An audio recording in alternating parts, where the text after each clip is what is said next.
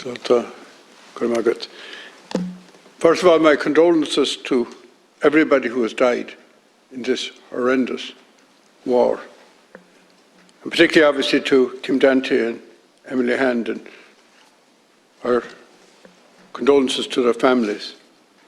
I think it's important, as has been said, that we don't forget our peacekeepers who are in the Middle East doing a hugely difficult and important job at great risk.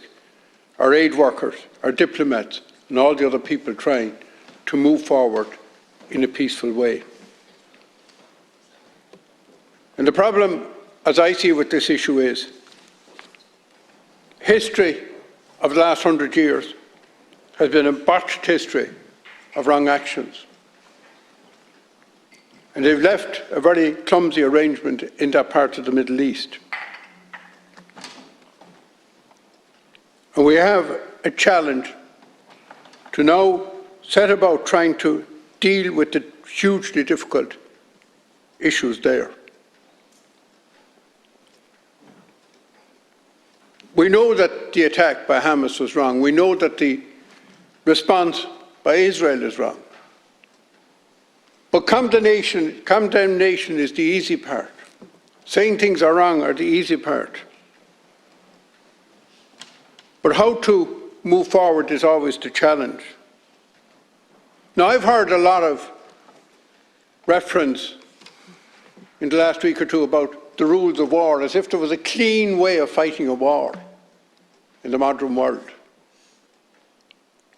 and that there was a way of fighting a war that didn't involve the fact that the real sufferers in any war nowadays are mainly civilians.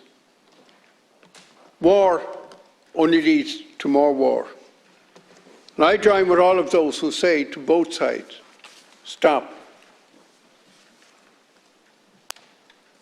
I often think of one person in our own country's history, in recent history, somebody who served in this house, not in this house, but in the other house, who at the moment of greatest grief could have called out for vengeance, but called out for talk, and talk with everybody, including the leaders of the IRA at the time, and that was Gordon Wilson. And in my view, he opened doors for a lot of people who followed and brought a settlement that has largely been successful. And I think that what we must encourage and hope is that some leaders arise on both sides that say enough is enough, and killing each other, as they say, an eye for an eye and a tooth for a tooth only makes the whole world blind. But in this case, it just kills everybody, on both sides, mainly innocent people.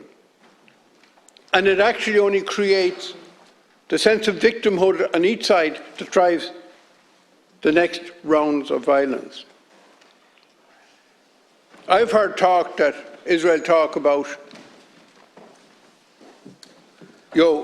annihilating Hamas. First of all, to do that would be totally barbaric in terms of what they'd have to do with innocent civilians on the ground.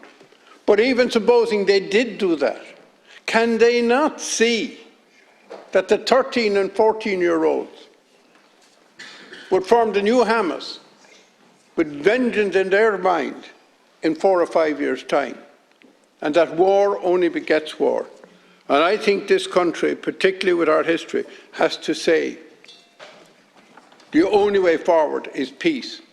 Yes, it's not the majority view at the moment, but we still should be that lone voice, because often in history, the lone voice becomes the majority voice if you repeat the right message often enough.